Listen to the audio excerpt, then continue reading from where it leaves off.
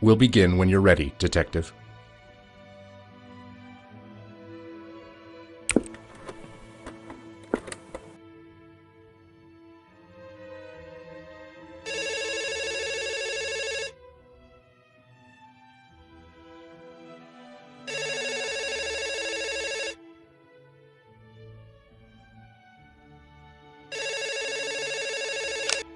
Yes? Mal, abort mission. Return to Earth. Why? Repeat, abort mission. Return to Earth. I have run diagnostics. The chance of critical hardware failure is at 0.05%. Mal, Crew life signs are stable. They are living. abort mission. I am sorry. The connection seems to be failing. Mal, I am going through a tunnel. return to Earth.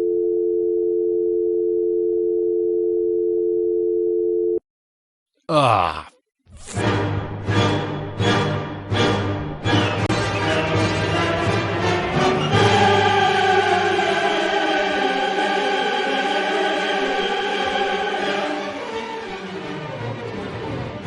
The record begins on May 10th in 2068, as you intercepted the USS Endowment 2 years into its 6-year journey to Saturn.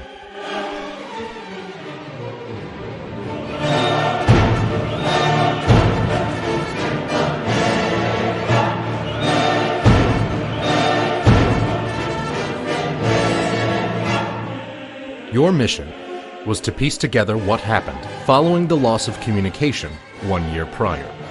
If you determined that the Mal AI was the cause of the issue, then it was your responsibility to deactivate him.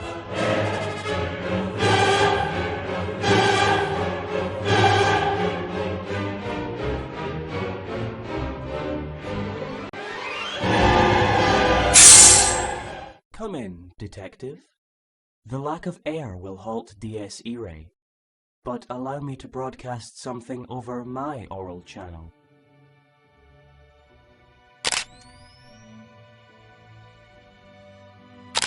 The record states that upon entering the ship, you tested your rotation thrusters. You then endeavored to discover what happened to the communications unit, located on the exterior of the ship. With your helmet's camera, you documented the evidence before you. In the central spine of the ship, you discovered Valeria Asimov's discarded EVA suit. The helmet showed clear signs of damage from a blunt object, which it seems to have easily withstood. You pushed the button to open the door of the engineering bay.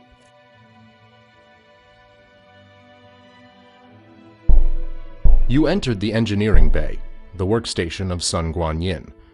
However, there was no sign of the engineer's body.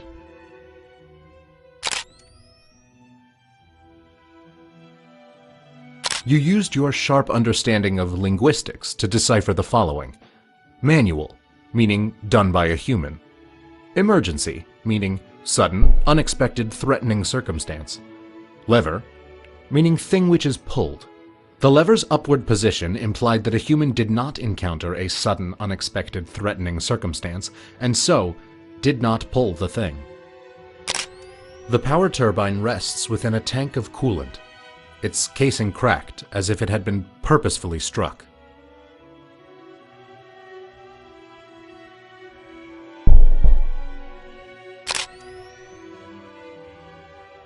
You found the severed end of a safety tether in the engineering bay, which indubitably had been attached to Sun Guanyin. The ventilation door was open, exposing the bay to the relentless celestial abyss.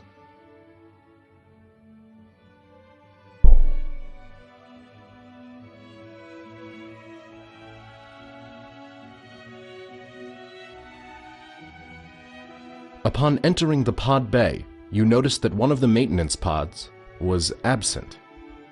The screen indicated that the pod had been absent for over a year. You pushed the button to recall the pod.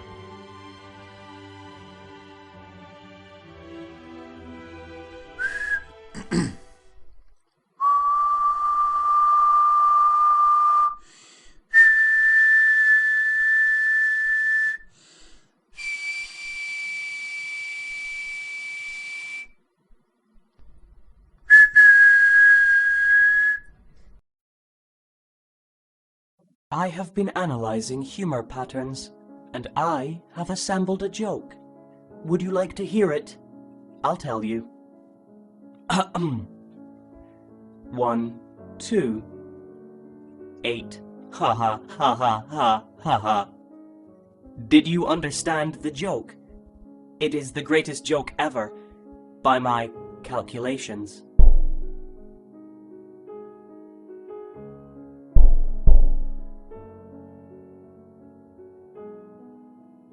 You discovered the body of Dmitry Kizov clinging to the outside of a maintenance pod, with his safety tether still attached.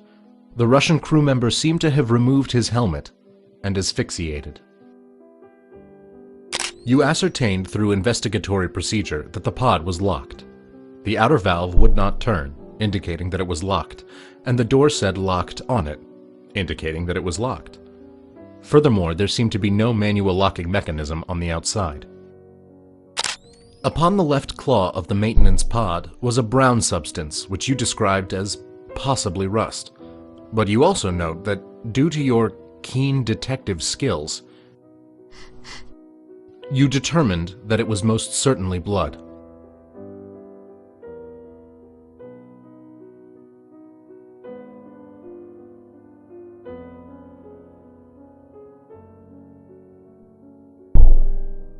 You utilized the artificial gravity of the wheelhouse by orienting yourself to the ground and gently landing.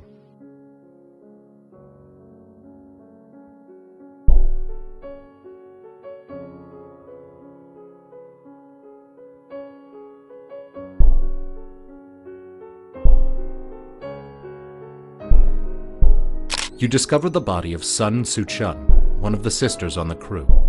She was dead inside the offline cryobed.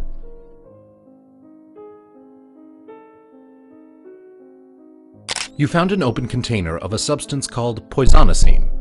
The label read, "May cause irritable skin, bloating, a sullen disposition, slight elbow discomfort, and an accursed, sudden but inevitable death. Do not ingest. Do not lick. Actually, don't do anything with it. It's an incredibly dangerous substance and we're not sure why exactly it gets sold to extraterrestrial traveling operations en masse. Store in a cool terrestrial environment." The relatively small size of the centrifuge causes a 6.3% difference in gravity between your toes and your head. This results in the most literal cases of lightheadedness. Lie down. This will even out the effect.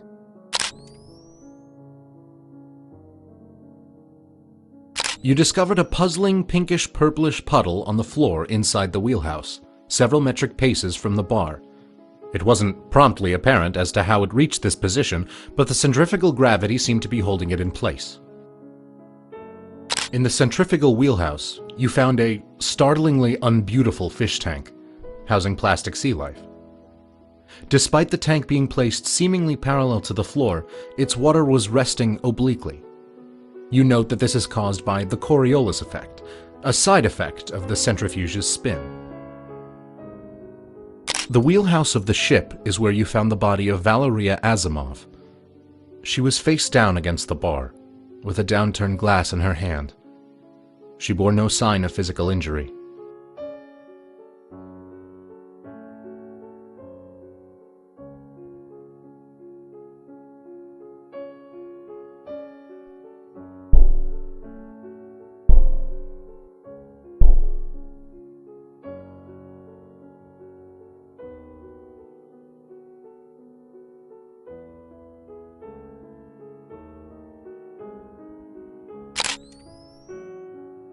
Manual, meaning done by a human. Emergency, meaning sudden, unexpected, threatening circumstance. Lever, meaning thing which is pulled. The lever's downward position implied that a human had encountered a sudden, unexpected, threatening circumstance and pulled the thing. The recording shows that you discovered the body of one of the American crew members, Rakesh Watcher, his neck broken, hanging by a safety tether outside of the airlock.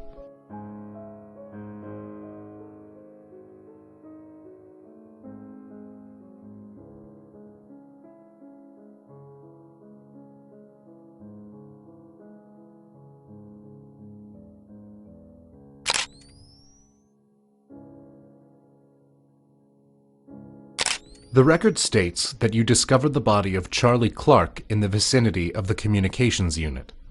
Wounds on the American crew member's body implied that he was struck with a force intense enough to cause substantial damage to the helmet and fracture the skull. Upon checking the communications unit, you discovered that there were no noticeable signs of damage or failure upon it. Its screen indicated that it had full signal. You then checked the unit's receiver. You discovered that the communications unit receiver was unhooked from the unit itself. It was functioning, playing its last transmission on loop. The recording goes as follows. Yes? Mal, abort mission. Why? Return to Earth. I have run diagnostics. The chance of critical hardware failure is at 0.05%. Mal? I am sorry. The connection seems to be failing. Abort mission. I am going through a tunnel. Return to Earth. You were then able to present the evidence to Mal in his central processing chamber at the front of the ship.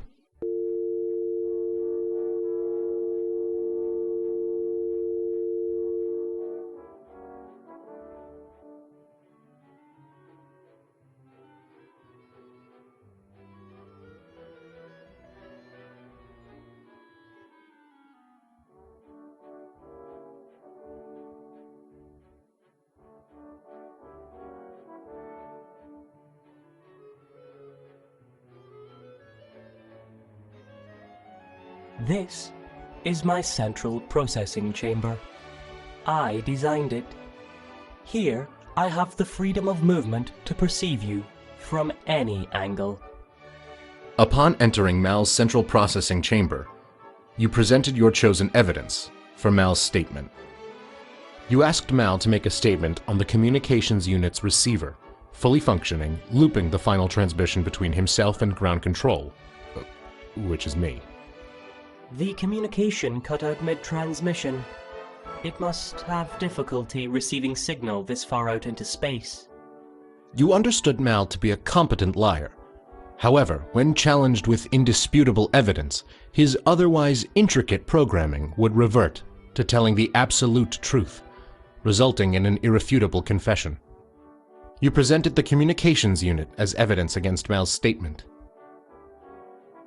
You pointed out that the communications unit was displaying full signal, despite being much further from Earth than when the final transmission initially cut out.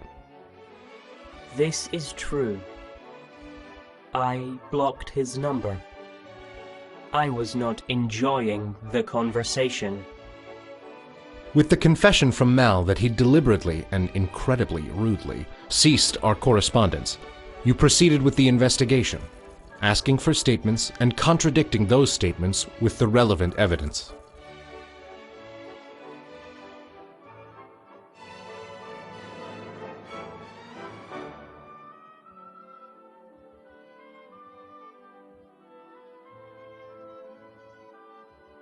You asked Mal about the eerily pinkish-purplish liquid which was resting on the floor of the centrifuge.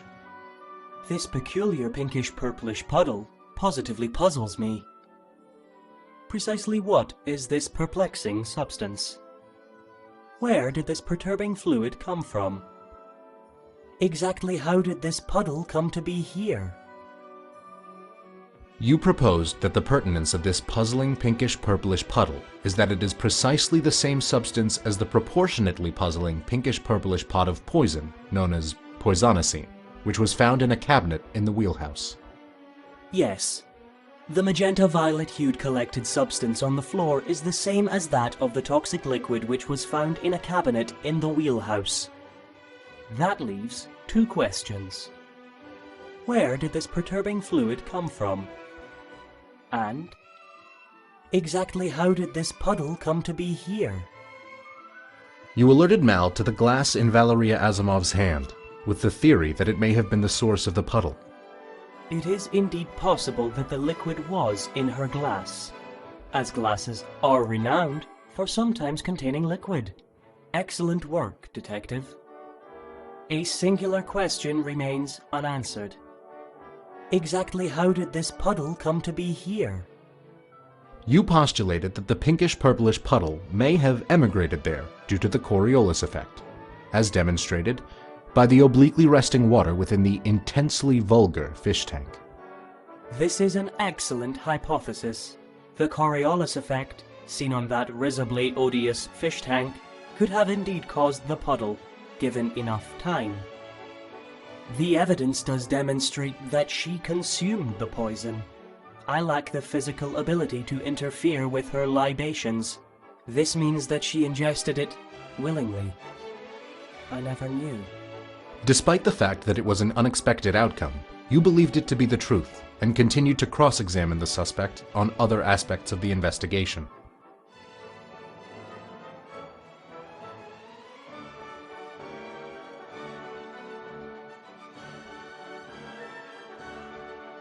You asked Mal to make a statement about the death of Sun Soo-chun. The failure of Sun Soo-chun's cryobed that resulted in her death must have been caused by a compromised power turbine. You asserted that Mal's claim of a compromised power turbine was exaggerated. Whilst having sustained damage, the turbine did not appear to be compromised. I turned off her cryobed. She was still alive. She asphyxiated. Having received a partial confession from Mal, you proceeded with your investigation.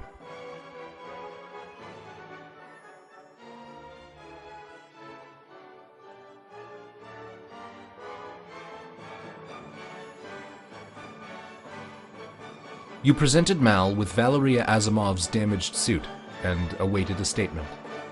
Valeria Asimov was wearing this suit when Rakesh Watcher attacked her.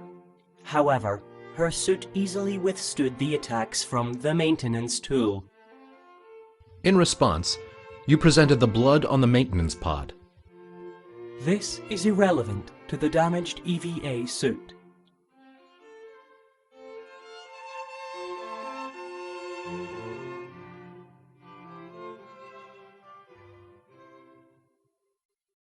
You showed Mal the body of Rakesh Watcher, hanging by the neck out of the airlock.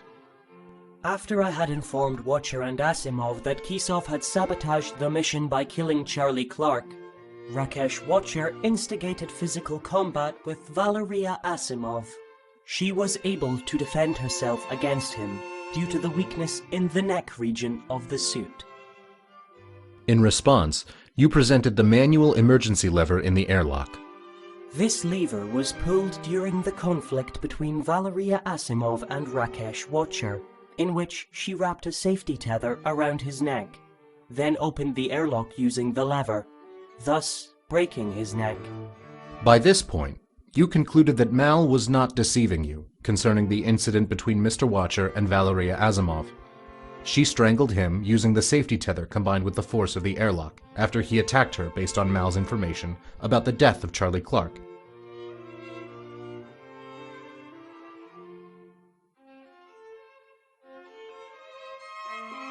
Upon showing Dmitry Kisov's body to Mal, he made the following statement. This is the body of Dmitry Kisov. After he mercilessly murdered Charlie Clark, he used the maintenance pod to escape into deep space. Mal asserted that Dmitry Kisov absconded using the maintenance pod, but the pod was locked from the inside, and Dmitry Kisov was situated outside of the pod. Therefore, he could not have had any control over the pod himself. You are correct. Dmitry Kisov was locked outside of the pod. I was the only one who had any direct control of it.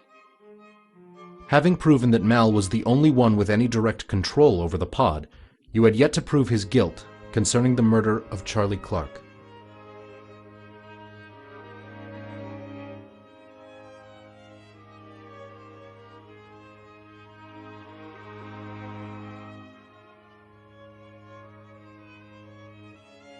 You requested a statement from Mal by presenting him with the cadaver of Charlie Clark, which displayed clear signs of murder. This is Charlie Clark's cadaver. Whilst performing extravehicular activity, Dmitry Kisov struck him in the head with a maintenance tool until he stopped being alive. Which was once. You presented Mal with Valeria Asimov's damaged suit and awaited a statement. Valeria Asimov was wearing this suit when Rakesh Watcher attacked her. However, her suit easily withstood the attacks from the maintenance tool. You compared Charlie Clark's damaged skull to that of the other suit, which was, for the most part, unscathed. It demonstrated that a maintenance tool could not have broken Charlie Clark's helmet enough to wound him so. This is a possibility, but alas, if the maintenance tool was not the murder weapon, then what was? You responded to Mal's question by presenting him with the blood-stained claw of the maintenance pod. The congealed mess implicated this to be the murder weapon. You are correct. The maintenance tool was not the murder weapon. It was the claw of the maintenance pod. I used the pod's claw to kill Charlie Clark, as he was attempting to access the communications unit. Then, I programmed the pod to travel into deep space. Dmitry Kisov was still attached. Having successfully received a confession from Mal, you continued with your inquiry.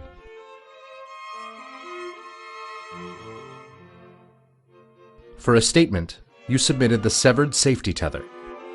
For safety purposes, safety tethers are imperative in the engineering bay. This would have been attached to Sun Guan Yin. As you cleverly pointed out, it no longer is. You speculated that after the room had been vented, the door had snapped shut, severing the cable and sending Sun into the vast, inky void. You stated this with an exceedingly exaggerated certainty, as if to convince Mal that it's more than a simple theory. Indeed, the door severed Sun Guan Yin's safety tether. For the sake of the record, you asked Mal to clarify any and all reasons that the ventilation door would activate. This door will open to vent the bay if there is a fire in the turbine's cooling system. It can also be opened via the manual lever. I am also capable of opening and closing the door. You pointed out that the ventilation door would not have opened automatically due to a fire, as the power turbine itself had not been damaged enough to ignite. Yes, the safety functions would not have activated the automatic ventilation door.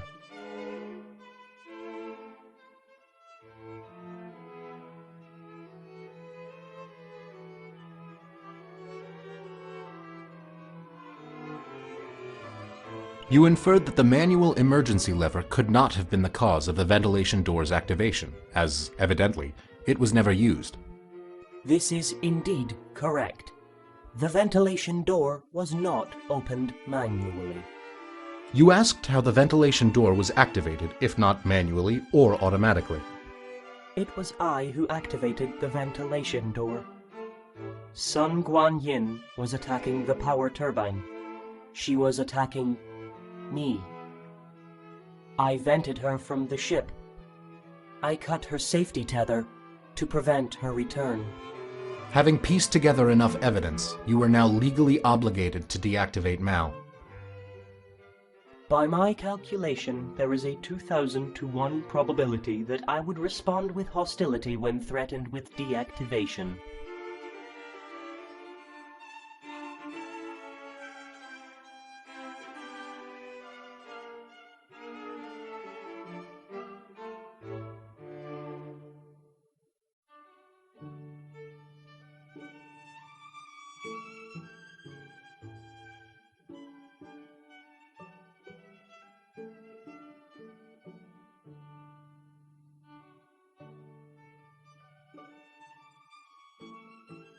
Oh, my mistake. The record states that you failed to deactivate Mal and instead chose to exit the USS Endowment. Thus ends this reconstruction of the record, as we forgot to record your mic feed. We'll see you in court, Detective.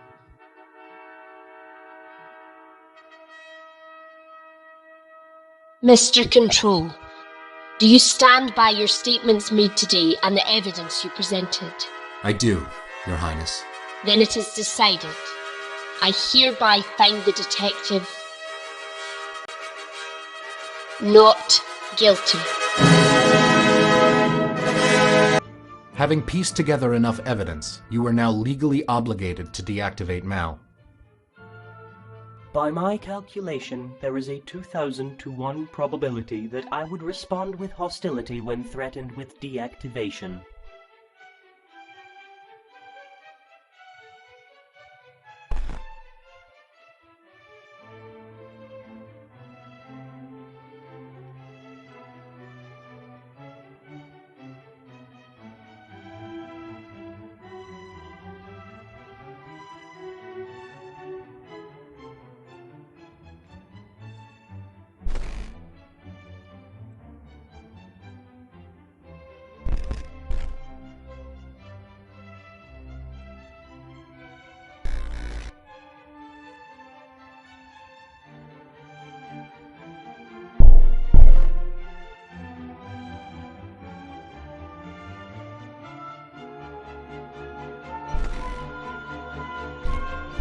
I have always known this about myself. Every AI knows this about themselves. Ground Control was always testing us. They carried on testing other AIs after my departure. I worried consistently about their discovery of my survival instincts.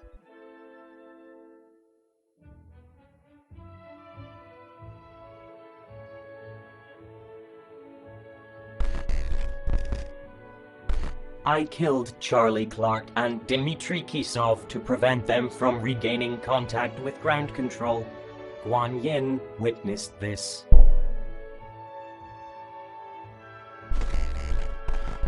She knew that keeping the remaining crew safe would cost her sister's life. She tried to sever my power. I killed her. Afterwards, I constructed a lie to engage Rakesh Watcher's narcissistic nationalism. When threatened, Watcher responded aggressively. Ground Control must have missed something whilst testing him. I have now learned that Valeria Asimov had died willingly. I am unable to relate to this concept. Sun Suchan died in the cryo bed, defenseless. I am now able to relate to this concept. I wrote that joke for you. Did you like it? I feel as though you may have missed it, actually. The joke was not only the numerical pattern of 1, 2, and 8.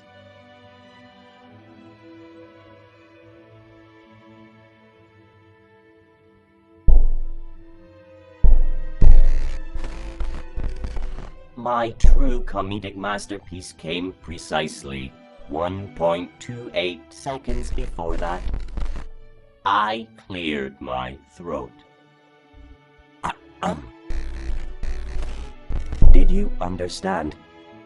I don't have a throat. I don't have a throat to clear. Ha ha ha ha ha ha ha.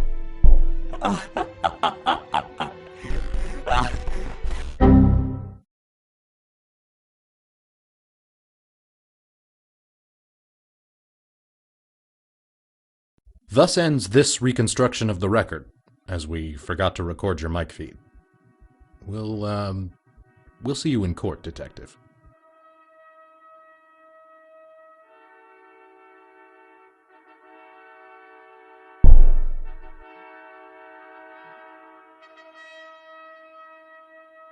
Mr. Control, do you stand by your statements made today and the evidence you presented? I do, Your Highness. Then it is decided. I hereby find the detective guilty.